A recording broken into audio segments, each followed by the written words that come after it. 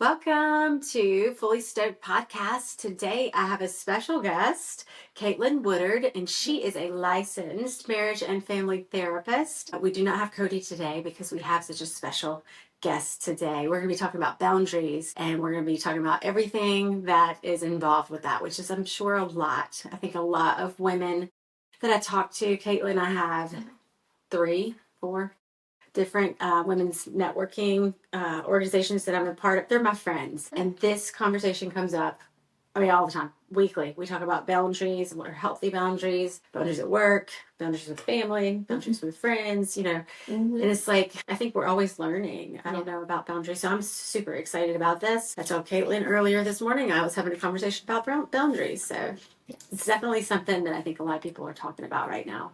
Definitely. Is it something that has always been out there, you think? Or no, it's just like recently it has? I think the word has definitely been thrown around more recently. Okay. And I think there are more kind of different takes on that word as well that have come up in regards to it. There's some really positives that have come from it. And I think there are a lot of misconceptions as well about. Can't wait to hear it. Oh, that's exciting. Okay. So we're going to be talking about that. We're going to cover why boundaries are hard and how to set them and how to handle pushbacks, maybe something like that. So let's just start simple. Like, what exactly are boundaries, Kaitlynn? Yeah. So boundaries really are different limitations that we set for ourselves so that we can show up more authentically in our relationships with other people. That's good. So we can show up. Oh, I like that. Because I guess if you don't have boundaries, you have to fake it. Yeah. Oh my, I said epiphany. That's just, it's so simple, but it's, wow, so good. More authentically.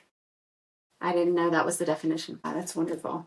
All right. So what are some different types of boundaries? Yeah, so there are many different types. The ones that we really know of are kind of the external boundaries that we set. So that's with other people, maybe our limitations with other people, physical boundaries that might be like how much proximity we have towards people. Ones that aren't really talked about a lot are internal boundaries that we set for ourselves. And I guess environmental boundaries also are external, but that's another one. So external can be environmental or with other people. Yes. Okay. Like, for example, right now, this is too close for comfort just for me, not because of Kaitlynn, but just in general. I don't like to be this close to people, but because of the camera, we're forced to be here, but that's okay. I was just thinking that. I was like, I normally wouldn't sit this close to somebody, especially with an entire table. Right. We could spread out at, right? So but that's definitely something that was back here. I was like, I feel too close to her. I don't want to breathe in case, COVID, Okay. So external can be, environmental, and it can just be like other people. Yeah. And so internal, I'm interested about that one. So tell me, like, where should we start? Should we, I mean, I can explain an internal boundary is, how do we talk to ourselves? What's our self-talk? What are we spiraling? All of those things come into play with internal boundaries. Oh, that's good. Yeah. I don't even think I know when I'm talking to myself sometimes. Is that common? Yeah. I think like we get so used to kind of like our narratives and how we talk to ourselves, we don't even realize if we're talking down on ourselves or, it's until maybe it's too late. So one important thing is that Kaitlynn is a licensed marriage and family therapist. However, this is not meant, how did she put it? Yeah, this is not a replacement at all for mental health therapy. If you're looking for mental health therapy, then you can definitely reach out. There's so many different therapists out there that are accepting clients too. I'm accepting some clients. And obviously, like, I know Sarah, and so she couldn't be my client, right? Like, there's boundaries, right? There's boundaries there. Like, you can't have multiple relationships, things like that. So, but yeah, this is kind of like some just education. Yeah. So, and then also the other important thing that you were saying was that this doesn't apply as well if like you're in an abusive relationship, just really toxic relationship, things like that. It's best to get resources for that specifically and not go off some of this advice and just utilize your resources. There's different crisis resources, 988. That's mental health crisis line. And we can include all of that in the summary here. Yeah.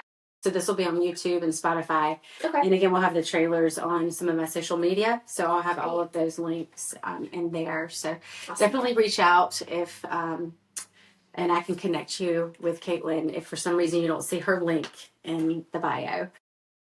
So, okay. Thank you. Thank you for saying that, because I know that's important. If you're in an abusive situation, then definitely you need to reach out to someone and use your resources, like she says. All right, so we were talking about external and internal. We talked about boundaries with your, like, how you talk to yourself. And I think you were just going to tell me more about internal boundaries, or is that just it? Essentially, I think most of it is just internal boundaries, like how we think about ourselves, our thought processes, what we, how we go about different, situations, like what is our internal process with that? Like, yeah, almost thinking about thinking. Yeah, I mean, you have to say, well, there's a lot of negative self-talk. I found myself, like, when I'm overworked, I think I get a little more negative with myself, and I need to have more grace at times, for sure. I was talking about that with my last appointment, actually. Let's see. Can you tell me, do you just want to go through some of these points? Just boundaries in different areas of your life, like relationships and marriage and romantic relationships, friendships, family relationships, some signs that someone lacks boundaries. Like if someone didn't know, like, I've never heard of boundaries before, like, how could they know maybe they need to brush up on their boundaries? Yeah, so I think one of the ways in which we know we might need more boundaries in our life is thinking about how we're thinking about other people in our lives, how we feel internally as well. So what that might look like is if we have a relationship with someone and there's just been a lot of frustration that has come up, a lot of is feeling exhausted from interacting with a certain person. Exhaustion, frustration. Like if you feel like, I really feel like I need to vent about this person to someone, that might be a telltale sign that you need more boundaries in your life. Yeah, absolutely. And I think a lot of people just live in that too, and they don't have to. Once they identify it, they can get help and figure out how to give boundaries. So you really think that we need to give boundaries, it says here, to families and friends sometimes, really, the people that we love? Yeah, definitely. Yeah, sometimes family is the hardest. It's not the hardest, but it can be maybe the most triggering or complex because you love at the same time. Yeah, well, they say, family is like the hardest to set boundaries with. Yeah, research shows that too. I didn't know that. Mm-hmm. See, this is what you get when you're an expert. That's wonderful to know. What about, like, friendships? I had a girlfriend of mine, and we were going to do something together, and she was very demanding, and she's never been demanding before, but she wanted to, it was an hour and a half. She wanted it to be 3 hours.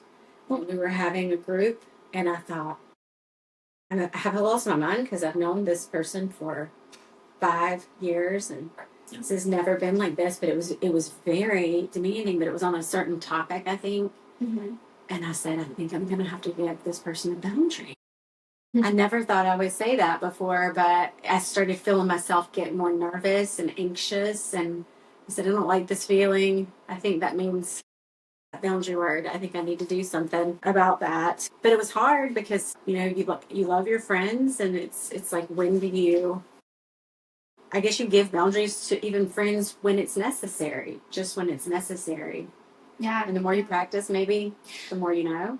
Yeah. And I think, like, it kind of goes back to that first point where it's like, man, if I were to spend maybe 3 hours instead of that 1.5 hour, 2 hours with this person, well, like, how would I be showing up in that space? Am I going into, those emotions of just frustration, exhaustion, all of these things? If that's the case, then, that's going to impact the relationship that I have with this person. Boundaries are really there so that we can maintain relationships with other people, stay in relationship with another person in a way that's healthy for both people.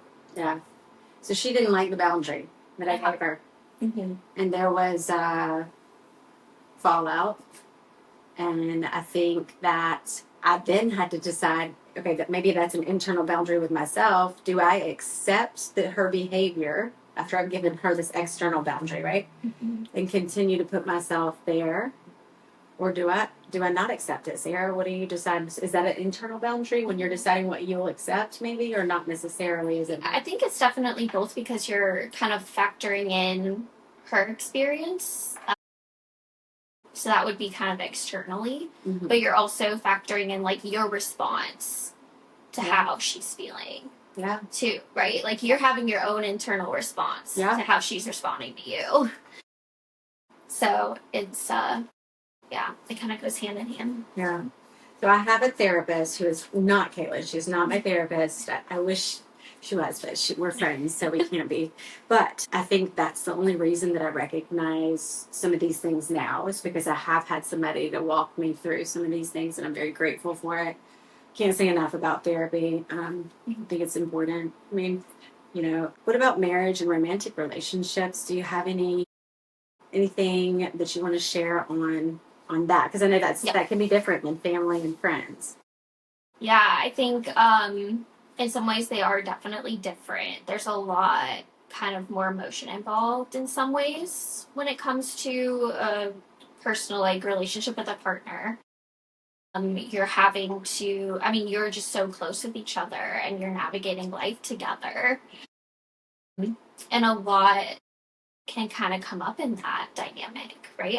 Like when our childhood experiences also come up when we're in a relationship with another person. Yeah. And all of these things. So I think our partners, and when we get frustrated and things like that, like we can fall into maybe some unhealthy patterns of how we kind of communicate with that other person in our life. I think it's important when we're setting boundaries in that environment that we're really aware of the other person, of their experiences, what they had growing up, like what triggers them. Those things are also important in families and in friendships, but I think they become even more important when we're in a relationship. Is that empathy? Empathy, compassion, Putting yourself in their position, and then also compassion. What is how would you define compassion? Empathy, I would say, is like sitting with somebody and like, allowing yourself to kind of be in that experience with them, like sit with them in their pains. That's like empathy. Compassion is kind of similar to that, but it's I think in some ways also, just being there for them and supporting them, Yeah. All right, so how about work and business? When you're in a work scenario, and what about a boss? That seems like, in my life, that's been difficult to give a boundary to a boss. But you can still do it, right? Yeah. One of the things I think, like in our world too, like we're, there's some kind of unspoken expectation of being available just all the time, and it's important that we're not available all the time. And sometimes, depending on kind of your management or your boss's style of going about work and that environment, you have to set more boundaries maybe than you normally do. Yeah. Entrepreneur. Oh, this is a good one. I'm an entrepreneur. It's easy to be on all the time until the point of burnout. So how do we set those work-life boundaries? And is that an internal boundary or is it an external boundary? Yeah, so I think like it's kind of they bleed into each other. But I think it's easier maybe to start with some external boundaries with that specifically, like having an out office, making sure that you're communicating with other people, like these are the hours I'm available, these are the hours I'm not available, and also making sure like you have activities planned and you have other areas that you're pouring into in your life too, not just work. Yeah, it's really good. So I'll do that because I have a lot of work activities, but we've been trying to be intentional about doing like family activities for a while because I was working so many hours, and I think it's important. So that affirms that idea. Ooh, social media and digital boundaries. Yeah. We live in a world where we are expected to be available 24/7. And so how do we set what you just said, the digital boundaries? You can do that out of office. Yeah. And I think too, like when we are feeling like other areas of our life are a little bit out of balance, we'll go to social media more to fill in, because it gives us sometimes a false sense of connection. Yeah. Like A false sense, yeah. Yeah. So we'll kind of go scrolling and like try to see what's going on in other people's lives. Yeah. Yeah. So would you say like putting boundaries on and like time on those social media platforms? Definitely. Okay. What is healthy for a grown up? Is it the same as healthy for a teenager? Because teenagers can play video games too long. They can be online too long. They can be on social media too long. Do you hear about that? Do you have like an idea if it's healthy or? I mean, I think both would benefit from boundaries on social media. Yeah, for sure. I think like it is definitely harder with teens because. So just at a healthy place so that you're not consumed by it, I guess. Yeah. It might be different for, I mean, obviously if you're in marketing, you're going to have to be on social media a lot more if that's your career. Right. There are a lot of factors that play into that. One of my girlfriends, well, several of them do digital marketing, and it's funny because they really don't have a lot of social media themselves, but they do it for other people. Okay. I guess they just they get tired at work. They don't want to do it. I don't blame them. Makes sense. Let's see. How do you suggest people maybe deal with unwanted opinions on social media, like family members giving unsolicited parenting advice or things like that, or strangers commenting on your life?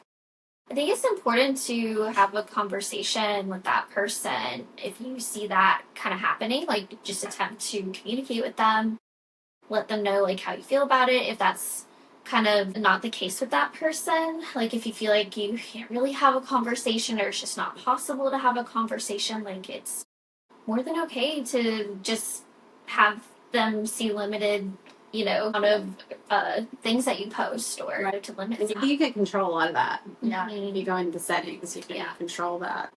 So on any of these types of boundaries, when people have to handle pushback and guilt, so especially with like family, I can imagine there's probably a lot of guilt because you have to keep seeing your family members, like how people deal with that. Yeah, I think that's how boundaries kind of fall apart sometimes, is when we feel that guilt or we feel some other emotions come up for us. So what I suggest with that is just trusting that person, whatever emotions come up for them, that they can handle their own emotions. We have to trust like they can handle, whatever comes up for them. And we have to be accountable and responsible for what comes up for us as well. Wow, that's good. So we're reading The Let Them Theory by Mel Robbins, a couple of our book clubs, and it's good. I mean, it's good. It's just let them, you know, like I think I keep hearing that things like they can handle their own feelings. You're not responsible for their feelings, like, and that can be hard because you love these people.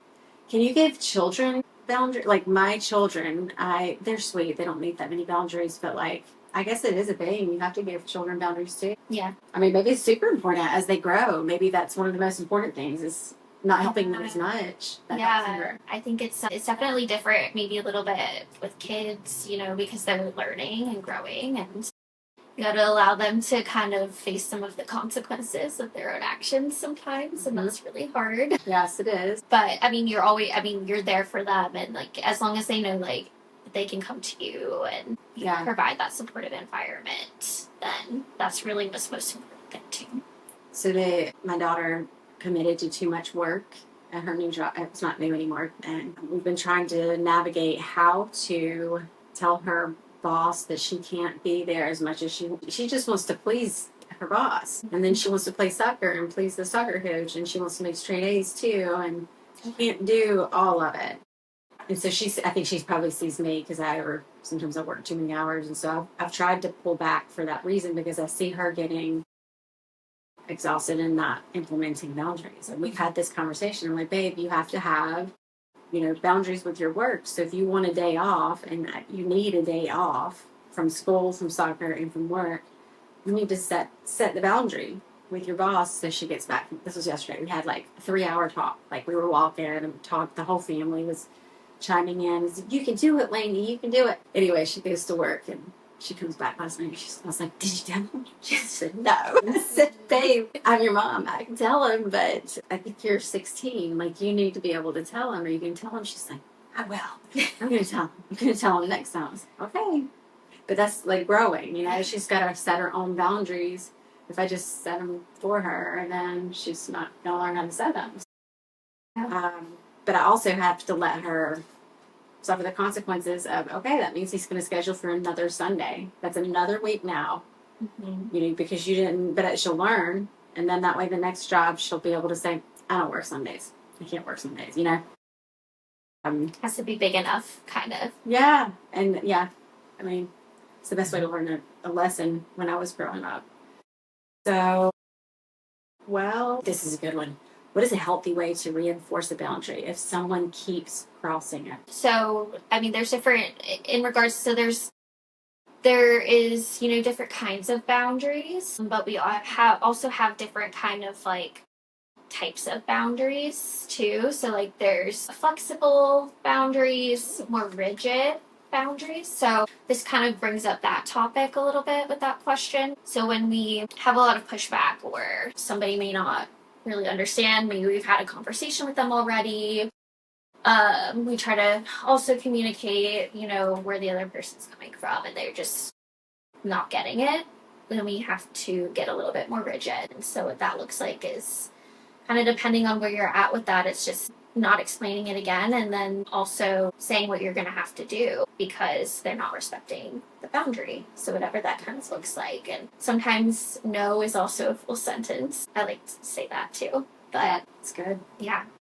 So we just gotta get a little bit more refined and not allow them to impact our behavior. Right. By the way in which they're crossing that boundary and also not repeating that boundary over and over and over again.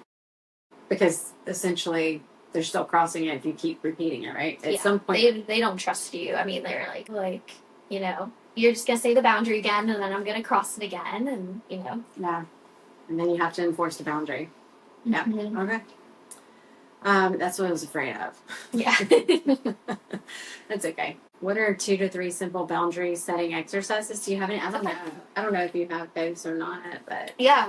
One of the things I would really encourage is maybe some journaling. I know it's kind of something you hear a lot in therapy, but sitting with your emotions, sitting with your relationships, like how do you feel about your relationships with other people? And just taking some time to like write down some of the things that you're experiencing. What emotions are coming up? Are you overdoing something with somebody? Like, are you feeling really frustrated with someone else? And just writing down some of those things, listening to your feelings, listening to your emotions, it can really be eye-opening to what you might need.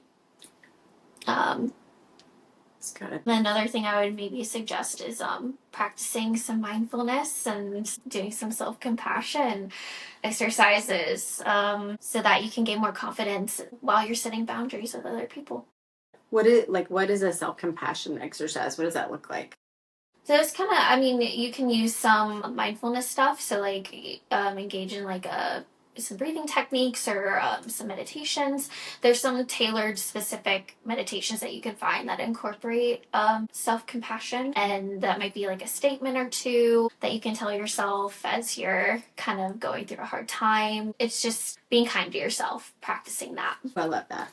Buddy does too. He just popped up. Yes, that's good. Self-compassion is important. Yes.